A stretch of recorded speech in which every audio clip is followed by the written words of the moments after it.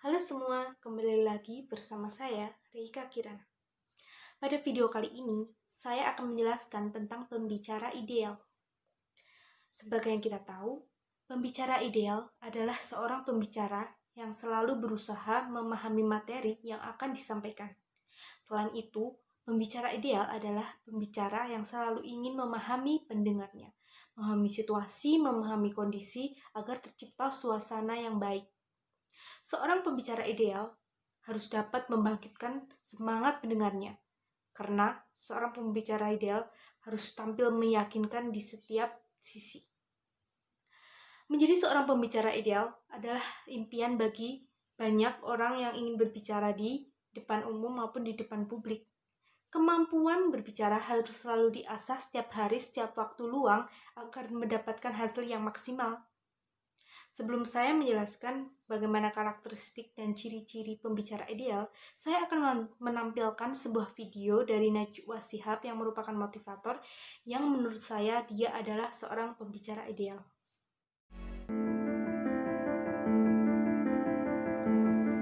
Satu tujuan saya masih bersama Reza Rahadian dan Dian Sastro. Yang jelas Reza dan Dian kerap kali memainkan peran sebagai guru bangsa. Dian sempat jadi Kartini, Reza sempat jadi Cokro Aminoto.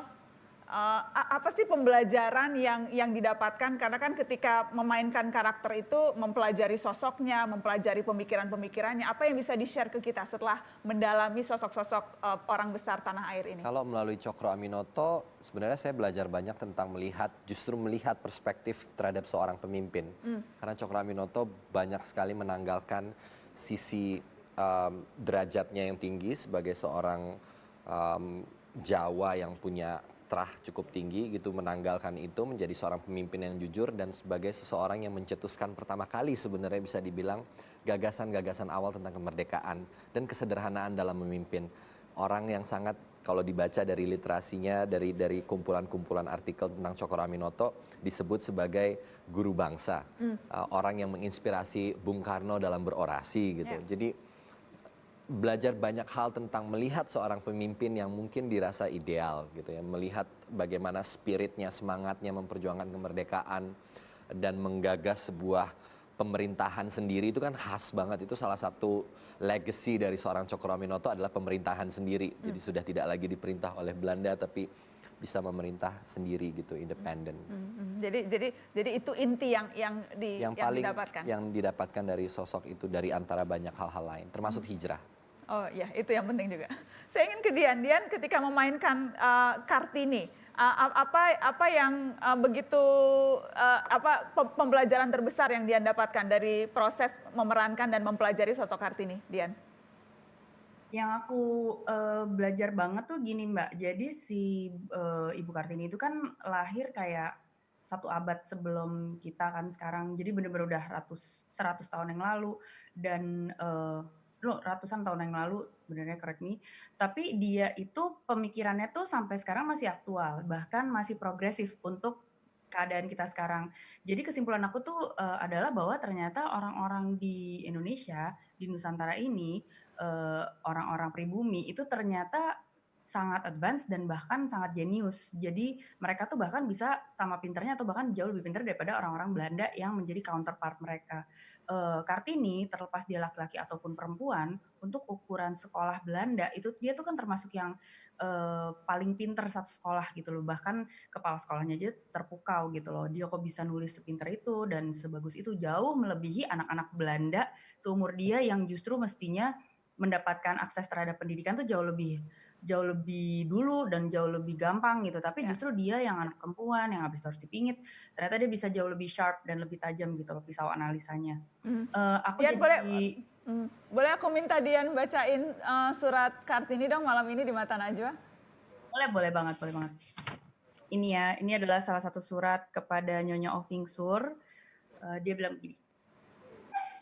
Bila orang hendak sungguh-sungguh memajukan peradaban, maka kecerdasan pikiran dan pertumbuhan budi harus sama-sama dimajukan. Dan siapa yang bisa paling banyak berbuat untuk yang terakhir itu? Yang paling banyak membantu mempertinggi kadar budi manusia?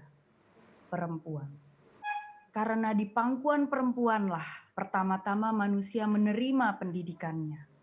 Di sana anak mula-mula belajar merasa, berpikir, berbicara.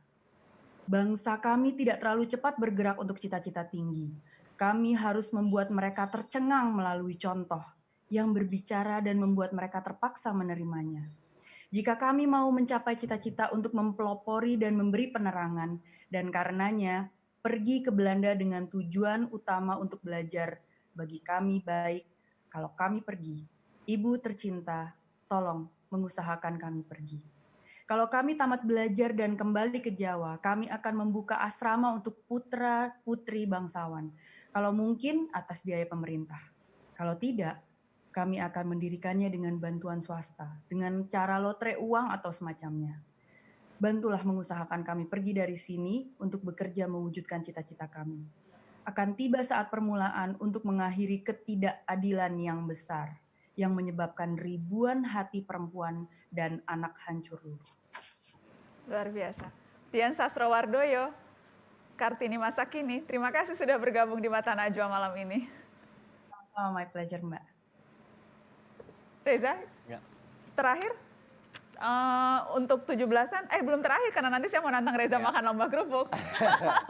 Tapi menghormati jadi Indonesia itu selalu menyenangkan dan selalu ada rasa yang baru ya. Ya, selalu ada rasa yang baru, selalu memaknai ini dengan semangat yang baru, bahwa at the end of the day we have to survive.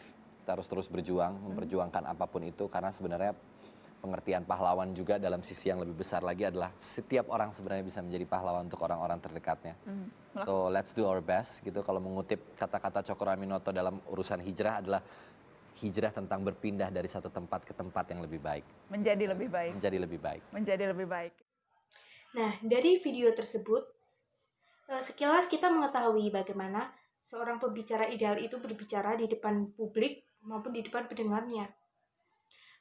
Najwa Shihab, seperti yang kita tahu, merupakan seorang motivator yang terkenal, baik kalangan remaja, dewasa, maupun orang tua.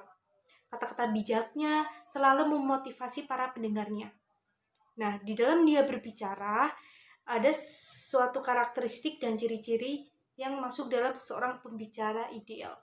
Yang pertama yaitu memilih topik yang tepat. Najwa Shihab memilih topik yang sesuai dengan karakter dari seorang pendengarnya, yaitu seorang aktor dan aktris film. Dia memahami latar belakang pendengarnya. Dia selalu sebelumnya mesti sudah mengumpulkan informasi-informasi dari pendengarnya. Jadi saat pembicaraan dia sudah menguasai materi dan dia sudah mengetahui apa saja yang akan dibicarakan mereka nantinya. Setelah itu, di dalam dia berbicara, dia itu melakukan beberapa gerakan tangan.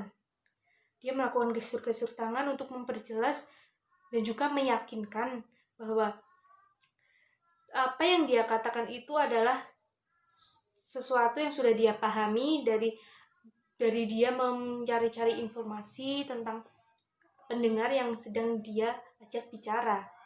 Selain itu, dia juga melakukan kontak dengan pendengar supaya suasana saat pembicaraan itu tidak begitu monoton.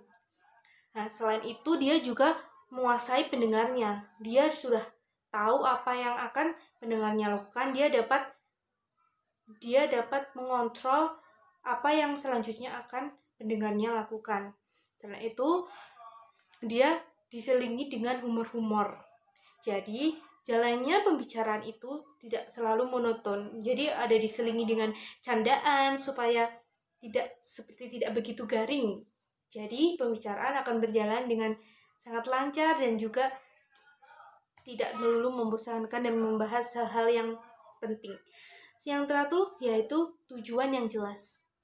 Dari pembicaraan yang dia bicarakan dengan pendengarnya, ada tujuan yaitu untuk apa mereka berbicarakan semua itu. Untuk apa? Yaitu untuk memberikan informasi kepada semuanya bahwa apa yang mereka bicarakan itu memiliki arti dan tujuan tertentu.